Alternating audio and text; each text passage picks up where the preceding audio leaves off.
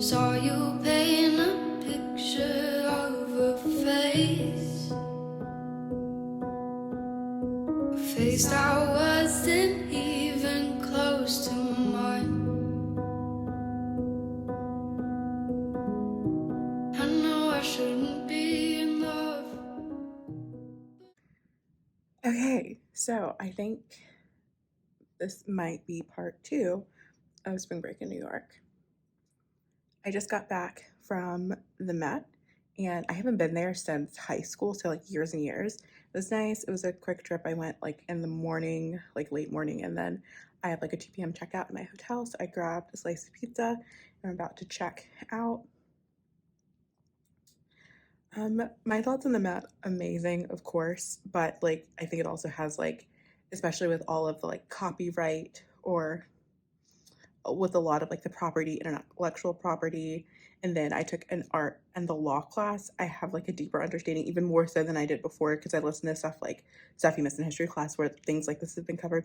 But knowing how much of like the antiquities probably belong in other places, like it, like I can enjoy like the art, but like seeing um, things that people collected when countries and regions were in their most vulnerable states makes it a little bit less satisfying. But then, like, of course, the art is beautiful. So I think that's a long-standing project. I know the Met has done a lot of work to more honestly acquire the pieces or like retain the pieces, you know, like they're technically on loan or gotten permission from like the sovereign nations, but like there's still a lot of pieces that just don't necessarily belong. So yeah, I think that's where it is. And then I also have this thought sometimes where it's like, oh, people are like, oh, well, it makes it accessible. It's like accessible to who? Accessible to Americans. And like even with that, like if your idea is that oh, people can't travel out of the country to see this art, a lot of people in America can't travel to New York to see this art either. So like, there's that.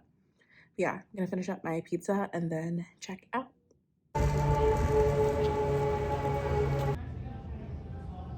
Okay, we are now in my new room, and it's like a third, maybe even a fourth of the size of the room I just left.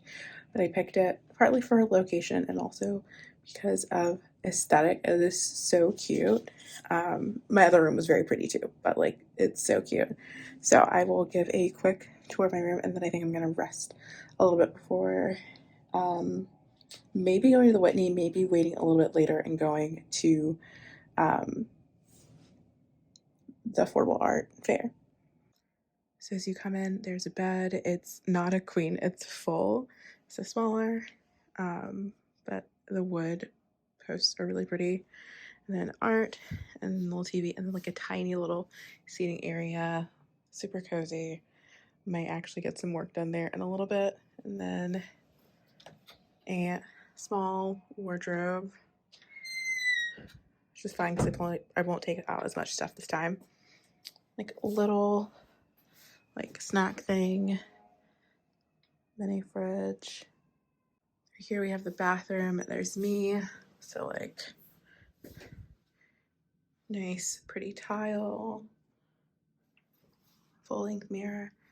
And then the reason that I picked this hotel, aside from like this beautiful vanity, I could have picked a bigger room, but it's not until you go up like multiple levels that you get back to having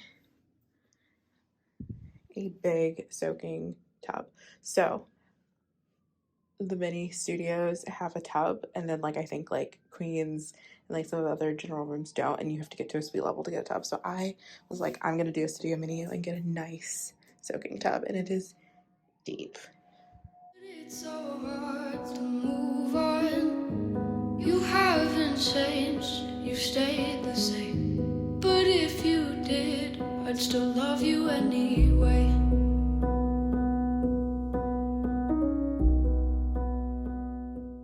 No good deed will I do.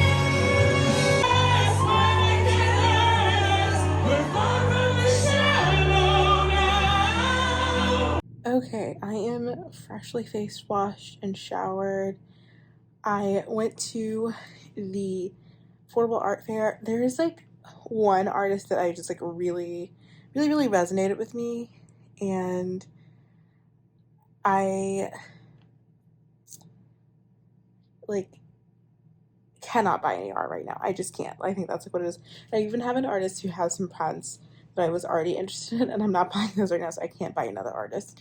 But I'm glad that I found this one, and it was like the artist with like a lot of the like gold and silver work on like really abstract pieces. If you look really closely at the pieces, you see things in them. That sounds not quite like what I meant, but anyway, you can like there's more to them than what you see like on the like splotchy surface.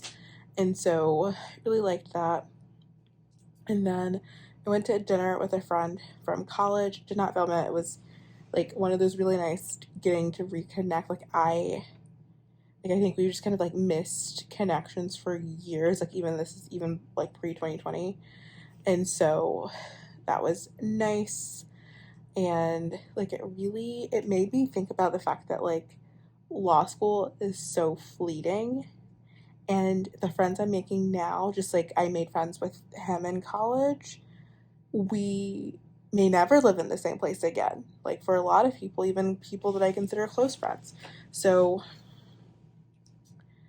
I don't know, that just put me in my feels, especially during the song Shallow, which like after dinner we went to like a bar that had like a drag performance, and so like that was one of the songs that came up and like put me in my feels. So yeah, that was my night. Had cacio e pepe for dinner. It was exactly what I needed. Like I was like, yeah, that's what I want for dinner. I was like, I want carbs. So that's what we did. But yeah, I'm going to bed now because why does this keep moving? I'm going to bed now because I have an appointment at like 9 a.m. tomorrow.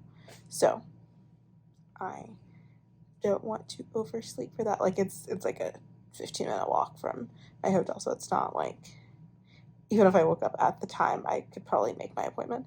But yeah, I am going to bed in my I may have filmed in these already, but I got these from Old Navy and I'm obsessed. Some people don't like thin pajamas. I cannot sleep with anything that's super thick, so I like them, and they have like the nice classic stripy color and like golden yellow. I feel, I don't know, put together like a grown-up in my hotel that I like, in my pajamas that I like, having catch-up dinners with people I haven't seen in years. Like I feel like that's like the real test of adulthood, is like catching up with someone that you haven't seen in.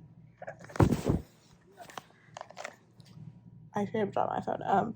That's like the true sign of adulthood, maybe like having catch-ups with people that you haven't seen in like years and years, not just like it's been a couple years or it's been a few months. Like, oh well, I let a whole year go by. No, like years.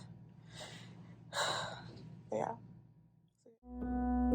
I'd give you the world like I promised I would.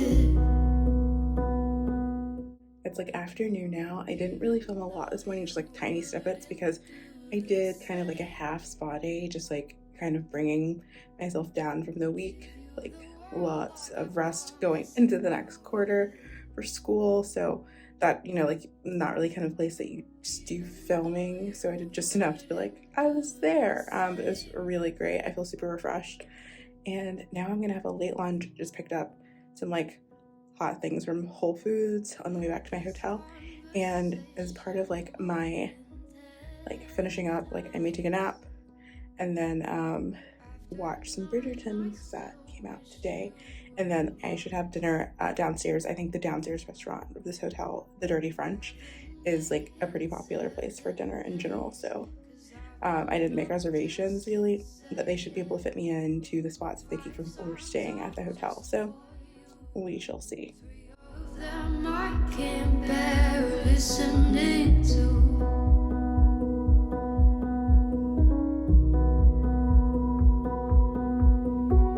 I'd give you the world like I promised I would.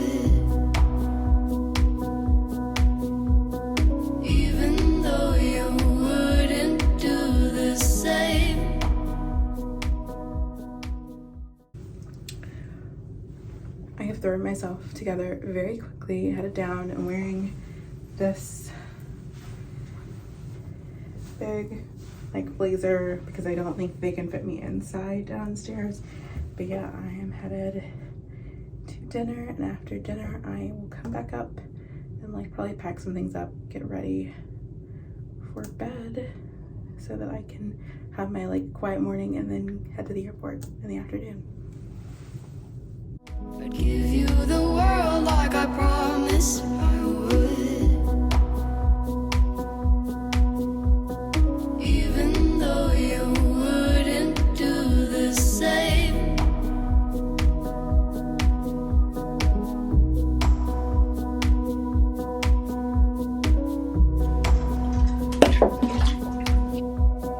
I'd do anything you want me to.